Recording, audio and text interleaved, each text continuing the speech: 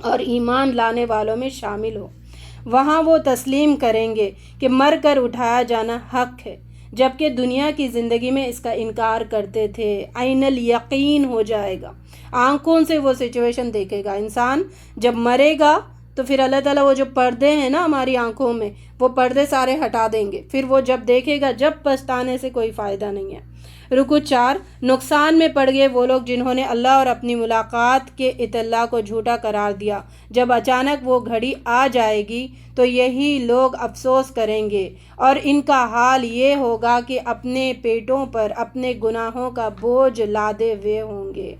تو گناہوں کا بوجھ کیسے ہوگا؟ اللہ تعالیٰ ان کو نا شکل دے دیں گے، جیسے موٹے موٹے جانور، سمجھے کسی نے کوئی بڑا گناہ کیا تو ہپاپٹمس بن جائے گا، یا بڑا بیل بھینس بن جائے گا، وہ ان کو ایک شکل دے کر جانوروں کی اللہ تعالیٰ اس کے پیٹھ پہ لادا جائے گا۔ اب اس کو یہ ایزیوم کریں، اگر کوئی گناہ کر رہا ہے دنیا میں، اللہ تعالیٰ کی بات نہیں مانتا ہے، تو وہ گناہ اس کے پیٹھوں پہ بڑے بڑے موٹے موٹے جانوروں کی طرح ہوں گے۔ اب ایزیوم کریں ہم کتنے گناہ اب تک کر چکے اور کتنے جانور ہمارے پیٹھوں پہ لادے جائیں گے۔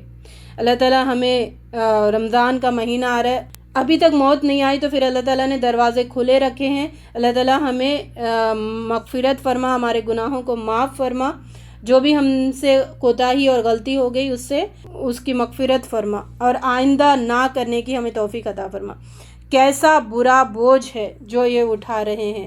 دنیا کی زندگی تو ایک کھیل تماشا ہے، حقیقت میں آخرت ہی کا مقام بہتر ہے۔ زبردست اللہ تعالیٰ نے دنیا کے بارے میں بار بار یہی جملہ استعمال کرتے ہیں کہ کھیل تماشا ہے۔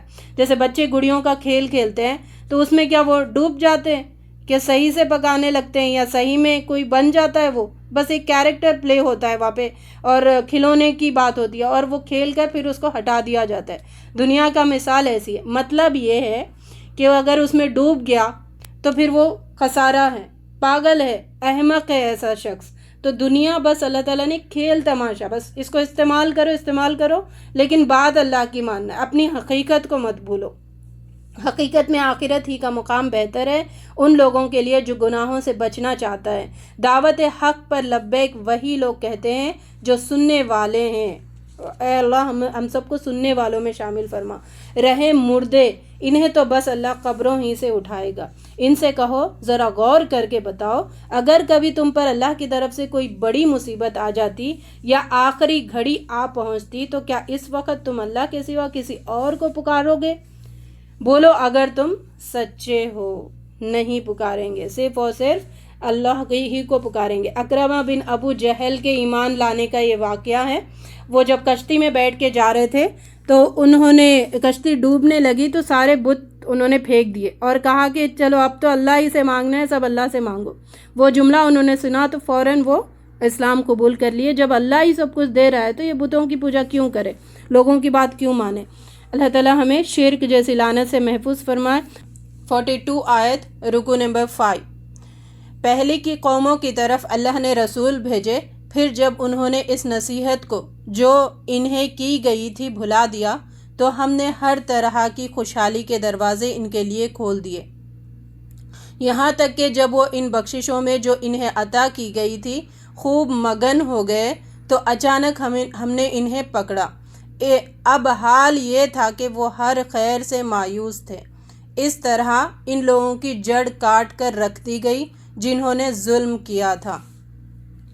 یہاں پر مواخذہ کے قانون کے بارے میں ہے، یعنی پوچھ کے قانون کے بارے میں ذکر کیا جا رہا ہے۔ 2 پوائنٹس آتے ہیں۔ پہلے، کسی قوم میں اللہ کی نافرمانی ہوتی ہے تو ان پر ہلکے ہلکے عذاب اللہ تعالیٰ نازل فرماتا ہے، جیسے قحط سالی ہو گئی، وبا ہو گیا، اور یہ چھوٹی چھوٹی وارننگز ہوتی ہے تاکہ لوگ اللہ کی گرفت سے ڈر جائیں اور توبہ کر لیں اور عاجز کریں۔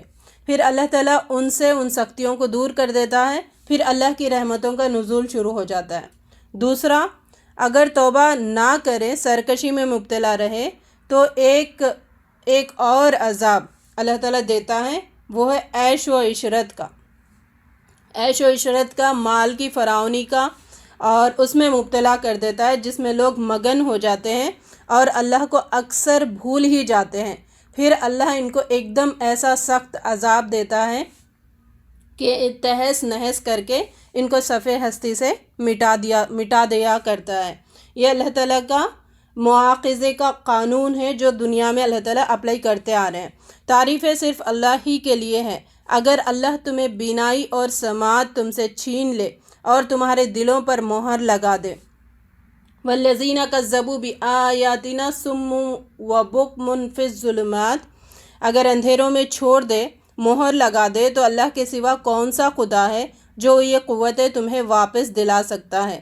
ہم رسولوں کو اسی لیے تو بھیجتے ہیں کہ وہ نیک کردار لوگوں کے لیے خوشخبری دینے والے اور بد کرداروں کو ڈرانے والے ہوں۔ پھر ان سے پوچھا گیا، اندھے اور آنکھوں والا دونوں برابر ہو سکتا ہے؟ رکوع 6۔ اے نبی صلی اللہ علیہ وسلم، تم اس وحی کے ذریعے ان لوگوں کو نصیحت کرو جو اس بات کا خوف رکھتے ہیں کہ رب کے سامنے کبھی اس حال میں پیش کیے جائیں گے کہ اس کے سوا وہاں کوئی ذی اقتدار نہ ہوگا جو ان کا حامی و مددگار ہو یا ان کی سفارش کرے، شاید کہ اس نصیحت سے وہ خدا ترسی کی روش اختیار کر لیں۔ جو لوگ اپنے رب کو رات دن پکارتے رہتے ہیں اور ان کی خوشنودی میں لگے ہوئے ہیں، انہیں اپنے سے دور نہ کیجیے۔ ایسے لوگوں کو اور جوڑ کے رکھیں اور انہیں ہدایت کی طرف لے کے آنے کی کوشش کرتے رہنا ہے۔ اللہ اپنے شکر گزار بندوں کو خوب جانتا ہے۔ اے نبی صلی اللہ علیہ وسلم، جو ہماری آیات پر ایمان لاتے ہیں ان سے کہو تم پر سلامتی ہو۔ وَإِذَا جَاءَكَ الَّذِينَ يُؤْمِنُونَ بِآيَاتِنَا فَقُلْ سَلَامٌ عَلَيْكُمْ كَتَبَ رَبُّكُمْ عَلَى نَفْسِهِ الرَّحْمَةَ، تو اے نبی صلی اللہ علیہ وسلم، جو ہماری آیات پر ایمان لاتے ہیں ان سے کہو تم پر سلامتی ہو، اور تمہارے رب نے رحم و کرم کا شیوا اپنے اوپر لازم کر لیا ہے۔ یعنی گناہ سے توبہ کر لینے کے بعد اللہ تعالیٰ غفور الرحیم ہے۔ اللہ تعالیٰ نے لکھ دیا ہے اپنے عرش کے نیچے کہ ان رحمتی تغلب غضبی، میری رحمت میرے غضب پر، یعنی میری رحمت میرے غضب کے اوپر آ گئی ہے۔ یہ بات عرش پر لکھی گئی ہے مخلوق کے پیدا کرنے سے بہت پہلے۔ نبی صلی اللہ علیہ وسلم نے فرمایا ہے، ابو سعید خدری رضی اللہ تعالیٰ عنہ فرماتے ہیں، پہلے لوگوں میں ایک شخص کا ذکر ہوا۔ ایک باپ نے اپنے بیٹوں سے کہا تھا کہ جب میں مر جاؤں تو مجھے جلا دینا اور میری خاک پیس لینا، پھر اس کو ہوا میں اڑا دینا، کیونکہ میں اللہ تعالیٰ کو راضی کرنے والے کوئی ایسا کام نہیں کیا، مجھے ایسا لگتا ہے۔ تو ان کے ساتھ ویسا ہی کیا گیا۔ جب وہ اللہ تعالیٰ کے سامنے پیش کیا گیا وہ شخص، تو اللہ تعالیٰ نے پوچھا کیوں ایسے کیے؟ تو اس نے کہا کہ اللہ آپ کے عذاب سے ڈر کر۔ تو اللہ تعالیٰ نے کہا کہ جا، اس ڈر کے وجہ سے میں نے تجھے معاف کر دیا ہے۔ اگر تم میں سے کوئی نادانی کے ساتھ کسی برائی کا ارتکاب کر بیٹھتا ہو، پھر اس کے بعد توبہ کرے اور اصلاح کر لے تو اسے معاف کر دیتا ہے اور نرمی سے کام لیتا ہے۔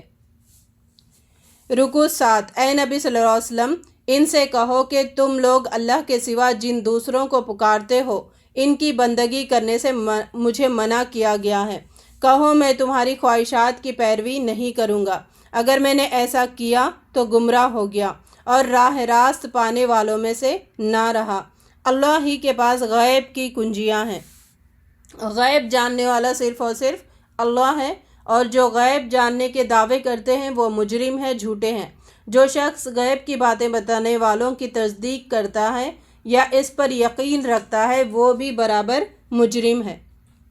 نبی صلی اللہ علیہ وسلم نے فرمایا، جو شخص کسی عراف یعنی غیب کی چیزیں بتانے والے کے پاس جائے اور اس سے کچھ پوچھے، اس کی 40 دن تک نماز قبول نہیں ہوتی۔ نبی صلی اللہ علیہ وسلم نے فرمایا، جو شخص کسی کاہن کے پاس جا کر کچھ دریافت کرے پھر تصدیق بھی کرے، اس چیز سے کفر کیا جو محمد صلی اللہ علیہ وسلم پر نازل ہوئی ہے۔ نجومی کاہن ہے اور کاہن جادوگر ہے اور جادوگر کافر ہے۔ نبی صلی اللہ علیہ وسلم نے فرمایا، 5 باتوں کا علم صرف اور صرف اللہ کو ہے۔ قیامت کب قائم ہوگی، بارش کب برسے گی، ارحام میں کیا موجود ہے، میل یا فیمیل، کل کیا کرے گا انسان، 5ویں چیز کہاں اور کب مرے گا۔ یہ ساری باتیں صرف اور صرف اللہ کو پتہ ہے، جنہیں اس کے سوا کوئی نہیں جانتا۔ بحر و بر میں جو کچھ ہے سب سے وہ واقف ہے۔ درخت سے گرنے والا کوئی پتا ایسا نہیں ہے جس کا اسے علم نہ ہو۔ زمین کے تاریک پردوں میں کوئی دانہ ایسا نہیں ہے جس سے وہ باخبر نہیں۔ خشکی اور تری سب کچھ ایک کھلی کتاب میں لکھا ہوا ہے۔ وہی ہے جو رات کو تمہاری روحیں قبض کرتا ہے۔ روحیں دو قسم کی ہوتی ہے، ایک حیوانی روح ہوتی ہے اور ایک نفسانی روح ہوتی ہے۔ حیوانی روح جب ہوتی ہے تو نفسانی روح بھی ساتھ میں ہوتی ہے، یعنی جب حیوانی روح ختم ہو جاتی ہے پھر نفسانی روح کا کوئی وجود نہیں ہوتا۔ نفسانی روح وہ ہوتی ہے جب انسان نیند میں چلا جاتا ہے تو اس کے کان، آنکھ، قلب، دماغ یہ سب کام کرنا چھوڑ دیتے ہیں، اور حیوانی روح اس کے اندر باقی رہ جاتی ہے، اس وجہ سے وہ آرگنز اس کے چلتے رہتے ہیں، کام کرتے ہیں، اور جب انسان کی موت آتی ہے تو دونوں روحیں قبض کی جاتی ہے۔ اور دن کو جو کچھ تم کرتے ہو اسے جانتا ہے، پھر دوسرے روز اسی کاروبار کے عالم میں واپس بھیج دیتا ہے تاکہ زندگی کا مقررہ مدت پوری ہو۔ آخرکار اسی کی طرف تمہاری واپسی ہے، پھر وہ تمہیں بتلا دے گا کہ تم کیا کرتے آئے ہو۔ رکوع 8۔ اے نبی صلی اللہ علیہ وسلم، ان سے پوچھو کہ صحرا اور سمندر کی تاریکیوں میں کون تمہیں خطرات سے بچاتا ہے؟ کون ہے جس سے تم مصیبت کے وقت گڑ گڑا کر اور چپکے دعائیں مانگتے ہو؟ کس سے کہتے ہو کہ اگر اس بلا سے اس نے ہم کو بچا لیا تو ہم ضرور شکر گزار ہوں گے۔ اللہ تمہیں اس سے ہر تکلیف سے نجات دیتا ہے۔ اللہ تعالیٰ کی وحدانیت، توحید کی دلائل یہاں پر ہے۔ پھر تم دوسروں کو اس کا شریک ٹھہراتے ہو۔ وہ اس پر قادر ہے کہ تم پر کوئی عذاب اوپر سے نازل کر دے یا تمہارے قدموں کے نیچے سے برپا کر دیں، تمہیں گروہوں میں تقسیم کر کے ایک گروہ کو دوسرے گروہ کی طاقت کا مزہ چکھا دے۔ چھوڑو ان لوگوں کو جنہوں نے اپنے دین کو کھیل اور تماشا بنا رکھا ہے، جنہیں دنیا کی زندگی فریب میں مبتلا کیے ہوئے ہیں۔ ہاں، یہ قرآن سنا کر نصیحت اور تنبیہ کرتے رہو کہ کہیں کوئی شخص اپنے کرتوتوں کے وبال میں گرفتار نہ ہو جائے۔ خواہشات کی پیروی کرنے والے وہ لوگ صرف کیا ہوتے ہیں؟ قول صرف مذہب کا چڑھائے ہوئے ہوتے ہیں، ڈریس ان کا صرف مذہب کا ہوتا ہے، لیکن سارے کام اللہ کے خلاف ہوتے ہیں۔ تو یہ ایسے کام کرنے والے دین سے مذاق کرتے ہیں، کھیل تماشا کرتے ہیں۔ تو آنا تو اسلام کہتا ہے، اللہ تعالیٰ کہتا ہے آنا تو دین میں پورے کے پورے آ جاؤ، نہیں تو باہر رہو۔ دونوں کے اگر بیچ میں رہو گے پھر درکل اسفل، نچلے گڑھے میں تمہیں ڈال دوں گا، جو منافق ایسی قسم کے ہوتے ہیں۔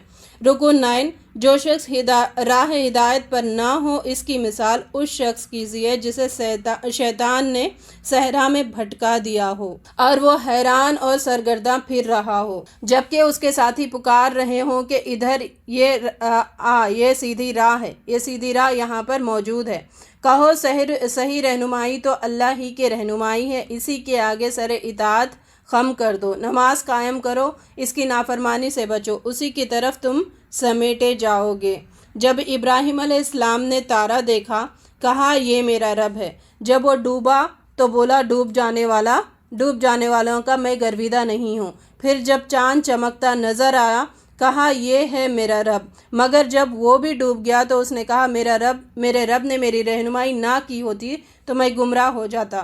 پھر جب سورج کو روشن دیکھا تو کہا ہے یہ میرا رب، یہ سب سے بڑا۔ مگر جب وہ بھی ڈوبا تو ابراہیم علیہ السلام پکار اٹھا کہ اے برادران قوم، میں اس سب سے بیزار ہوں جنہیں تم خدا کا شریک ٹھہراتے ہو۔ میں نے یکسو ہو کر اپنا رخ اسی ہستی کی طرف کر لیا ہے جس نے زمین و آسمان کو پیدا کیا ہے، اور میں ہرگز شرک کرنے والوں میں سے نہیں ہوں۔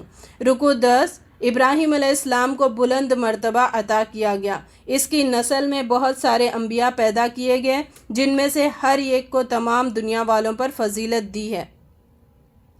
اللہ اپنی ہدایت سے اپنے بندوں میں سے جس کی چاہتا ہے رہنمائی کرتا ہے۔ یہاں پر اللہ تعالیٰ نے 18 انبیاءوں کا ذکر کر کے فرمایا ہے، 18 نبیوں کا نام آیا ہے، 85 آیت۔ پھر ان کا ذکر کر کے اللہ تعالیٰ بتا رہے اگر انہوں نے شرک کیا، وَوَهَبْنَا لَهُ إِسْحَاقَ وَيَعْقُوبَ،